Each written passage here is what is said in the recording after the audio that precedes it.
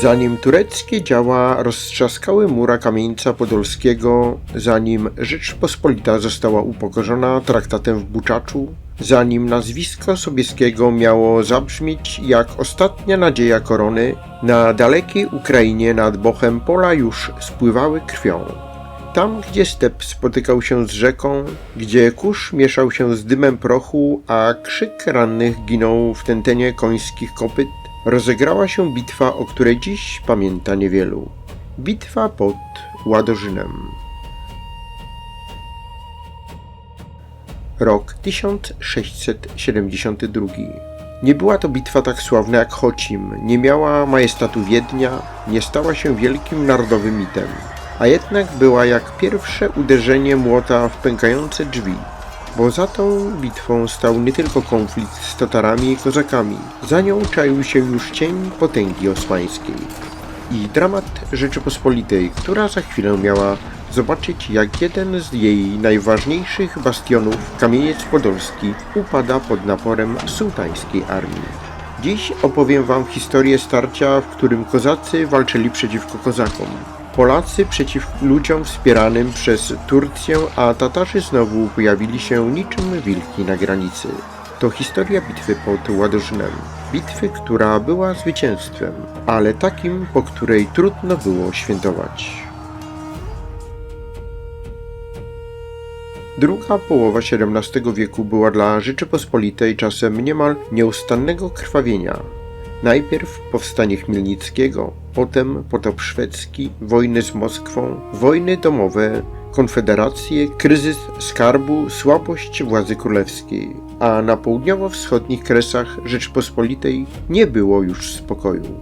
Ukraina prawobrzeżna stała się ziemią rozdrapywaną przez kilka potęg jednocześnie.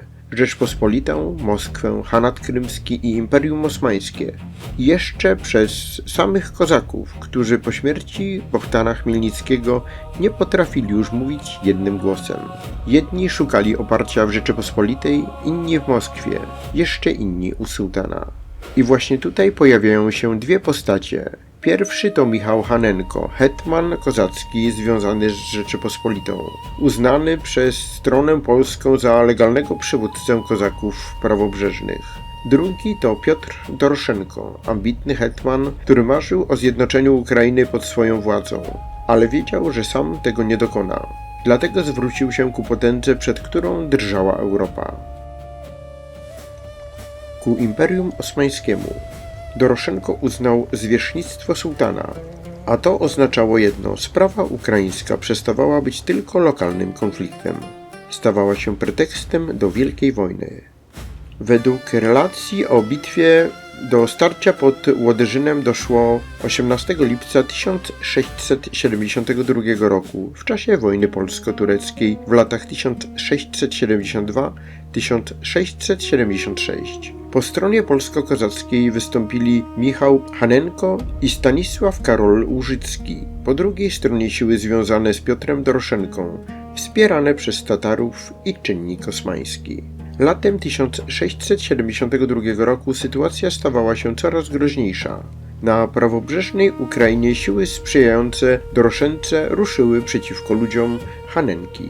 Była to wojna nie tylko o miasta i przeprawy, to była wojna o duszę Ukrainy. Kto miał być jej panem? Hetman wierny Rzeczypospolitej? Hetman oparty o sułtana. A może żaden z nich, tylko ten, kto akurat dysponował większą liczbą szabel i tatarskich łuków.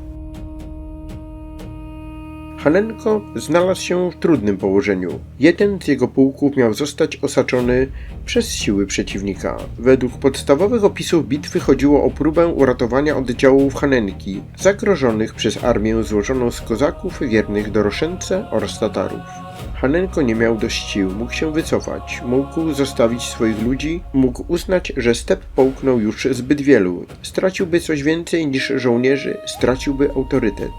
A na Ukrainie hetman bez autorytetu był tylko człowiekiem z buławą, której nikt nie musiał słuchać. Dlatego Hanenko poprosił o pomoc Polaków.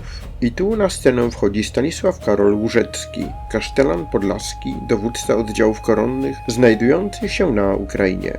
Nie miał wielkiej armii, nie miał komfortu wyboru, ale miał jazdę dragonów i doświadczenie. Źródła podają również liczby, ale najczęściej mówi się o 4000 ludzi Hanenki oraz 2500 jazdy i dragonii Łużyckiego.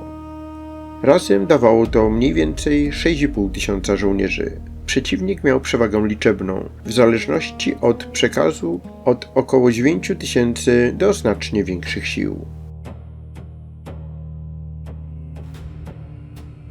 Step, lipiec, powietrze ciężkie od kurzu i gorąca.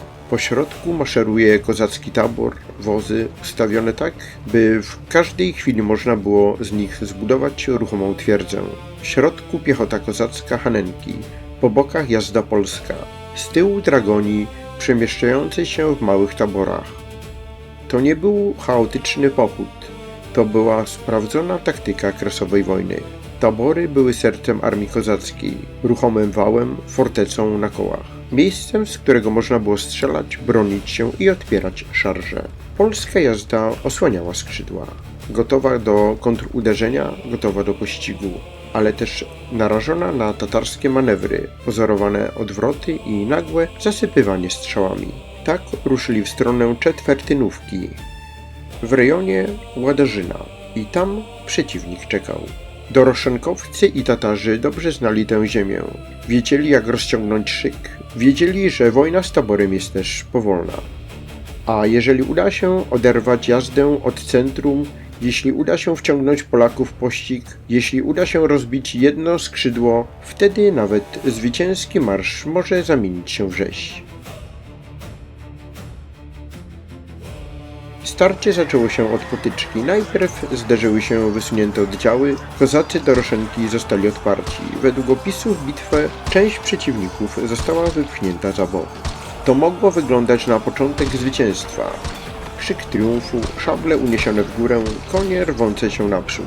Polska jazda, widząc cofającego się przeciwnika, ruszyła za nim. I tu zaczyna się najgroźniejszy moment każdej bitwy na Kresach. Bo Tatar i Kozak nie zawsze uciekali dlatego, że przegrywali. Czasem uciekali po to, by przeciwnik uwierzył, że zwyciężył. By odciągnąć go od taboru, by rozbić szyk, by zmienić porządek pościgu, aby pościg był chaosem. Polska jazda ruszyła za daleko i wtedy przeciwnik uderzył. Kontratak był gwałtowny. Na cofających się i rozciągniętych jeźdźców spadły uderzenia Tatarów i Kozaków Doroszenki. To już nie była elegancka bitwa z mapy sztabowej. To była walka twarzą w twarz, koń wpada na konia, szabla na szablę, pistolet z bliska, krew na siodle. Kto spadł z konia, ten miał niewielkie szanse. Kto został odcięty od swoich, ginął albo trafiał w jasyr. A tabor, który miał być centrum bezpieczeństwa, był za daleko, by od razu osłaniać wszystkich. Jazda wyrwała się z tego śmiertelnego uścisku. Doroszenko i Tatarzy odstąpili. Osaczony pułk został ocalony. Bitwa pod Ładorzynem zakończyła się zwycięstwem strony polsko-kozackiej, ale było to zwycięstwo gorzkie, takie, po którym nie słychać fanfar, takie, po którym dowódcy nie patrzą na zdobyte pole, lecz liczą tych, których już nie ma. W niektórych zestawieniach straty strony polsko-kozackiej podawane są jako bardzo wysokie, nawet około 2100 ludzi zabitych i około 1200 rannych, przy około 1000 zabitych po stronie przeciwnika. Trzeba jednak pamiętać, że liczby przy takich starciach kresowych bywają rozbieżne i zależą od tradycji przekazu. Jeśli te dane są choćby zbliżone do prawdy, to Ładarzyn był zwycięstwem okupionym dramatyczną ceną. Bo co oznacza zwycięstwo, gdy ginie tak wielka część armii? Co oznacza odparcie przeciwnika, jeśli za chwilę nadciągną siły nieporównywalnie większe? Bo latem 1672 roku pod Ładorzynem nie rozstrzygnęły się losy wojny. To było raczej ostrzeżenie, krwawe, czerwone światło zapalone na stepie. Rzeczpospolita wiedziała, że już konflikt z Doroszenką, Tatarami i Turcją nie będzie kolejną lokalną awanturą na Kresach. To była zapowiedź wielkiej katastrofy. W tym samym roku ruszyła ogromna wyprawa osmańska.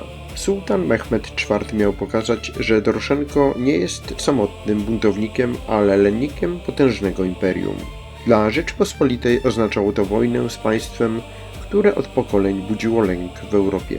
Imperium Osmańskie nie było tylko armią, było machiną wojenną. Janczarzy, spasisi, artyleria, inżynierowie oblężniczy, tabor, logistyka, dyplomacja i setki tysięcy ludzi związanych z wyprawą wojenną.